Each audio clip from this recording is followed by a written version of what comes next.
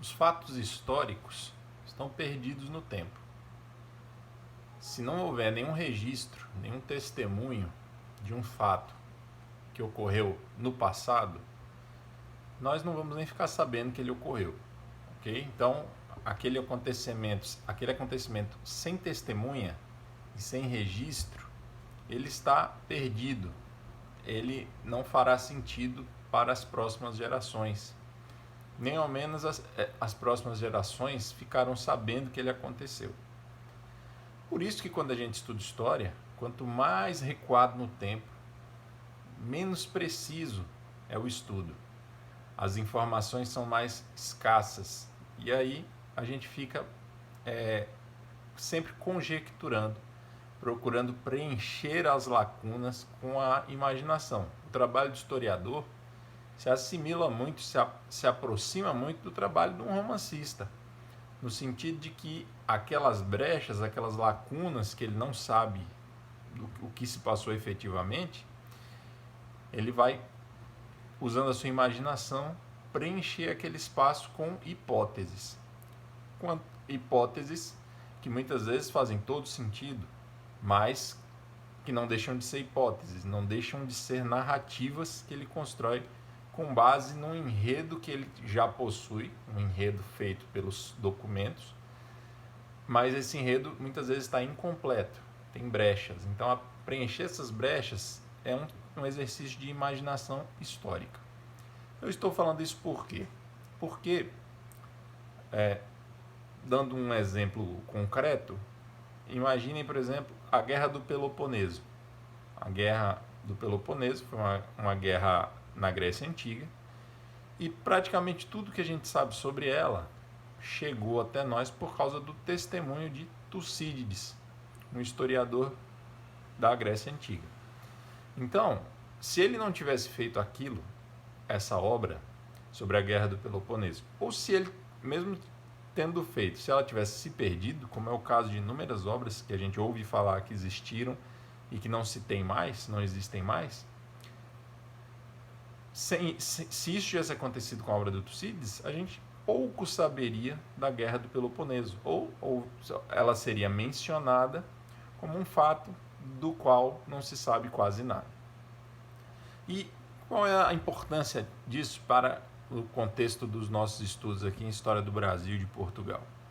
Hoje eu quero falar para vocês sobre um personagem chamado Fernão Lopes. Já mencionei ele algumas vezes. Hoje vamos falar um pouquinho da vida dele. Fernão Lopes foi o primeiro historiador, ou segundo as palavras do Alexandre Herculano, o pai da história de Portugal. Por que isso? O Fernão Lopes nasceu no final do século XIV, provavelmente entre 1380 e 1390, e a gente sabe que ele nasceu provavelmente nessa década porque a primeira informação que se tem concreta sobre ele é de 1419, quando ele está sendo nomeado guardião do Arquivo Real. E pela idade que se espera que a pessoa que fosse ocupar esse cargo tivesse, ou pelos conhecimentos que deveria ter, e por ser um cargo de confiança do rei, então os historiadores calculam que provavelmente ele tenha nascido entre 1380 e 1390. Além disso, não se sabe onde ele nasceu, né? O José Hermano Saraiva, que é um historiador português, ele conjectura o seguinte: nos escritos do Fernão Lopes, sempre que ele vai descrever regiões próximas ao mar ou atividades ligadas ao mar, ele tem uma riqueza de informações muito grande, muito maior do que informações quando ele vai relatar alguma coisa sobre o campo ou sobre cidades pequenas do interior, longe do litoral. Daí o Saraiva, o Hermano Saraiva, conclui que provavelmente Fernão Lopes nasceu e foi criado numa cidade grande e litorânea, mas é apenas uma hipótese, tá?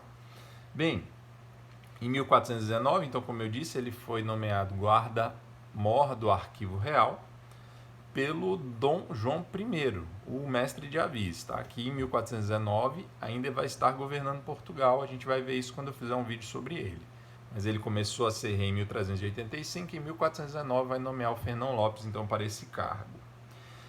Outro rei, o Dom Duarte, em 1434 vai nomeá-lo cronista-mor do Reino de Portugal.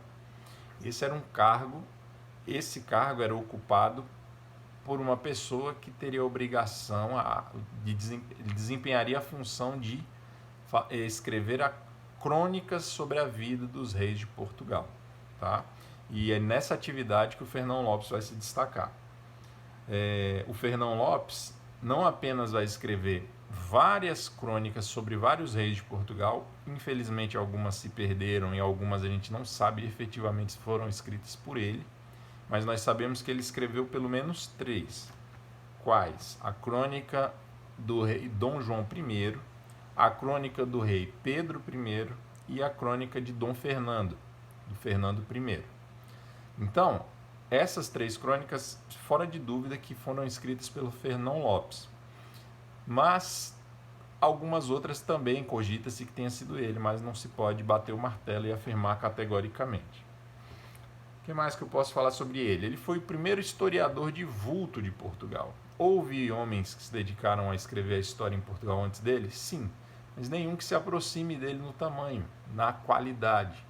Então, assim, podemos falar que, não cronologicamente, porque antes dele houve alguns, mas do ponto de vista da qualidade, do tamanho da produção, ele foi o primeiro grande historiador português.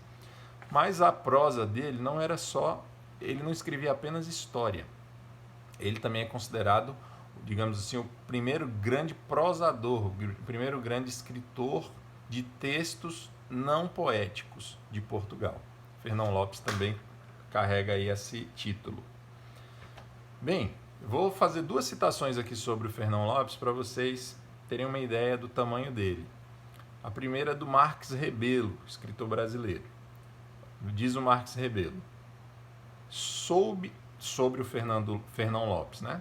Soube aliar ao estilo vigoroso e sugestivo a força de recriar os personagens da história portuguesa e a arte de narrar-lhes os feitos e descrever os acontecimentos, dando-lhes colorido perfeito. E agora uma citação do próprio Alexandre Herculano, que eu já mencionei.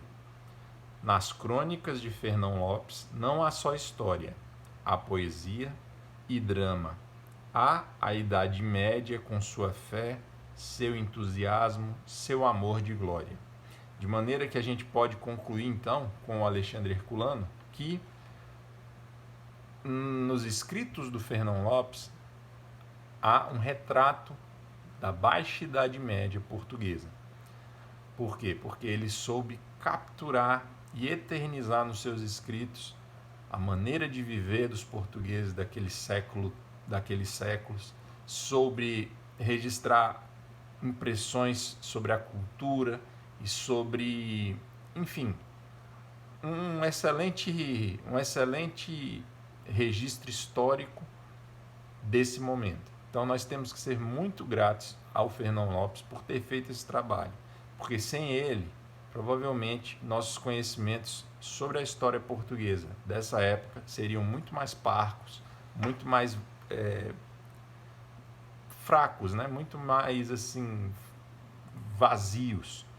Assim como, por exemplo, a gente já estudou aqui épocas anteriores da história de Portugal que não havia tanta coisa para falar porque não há registros, né? Então, graças ao Fernão Lopes, a gente pode ter aí uma grande riqueza de detalhes em relação a esse período da história de Portugal. Se alguém tiver curiosidade, o próprio José Hermano Saraiva publicou algumas dessas crônicas na linguagem no português atual, do século XX, porque a leitura desses escritos do Fernão Lopes no original, acho que é mais fácil ler outras línguas atuais do que ler isso, tá? Que é bem complicado, as palavras são totalmente diferentes, têm significados diferentes, então é uma tarefa aí para especialistas no assunto, na língua portuguesa arcaica. Pessoal, um abraço para vocês e até segunda, hein?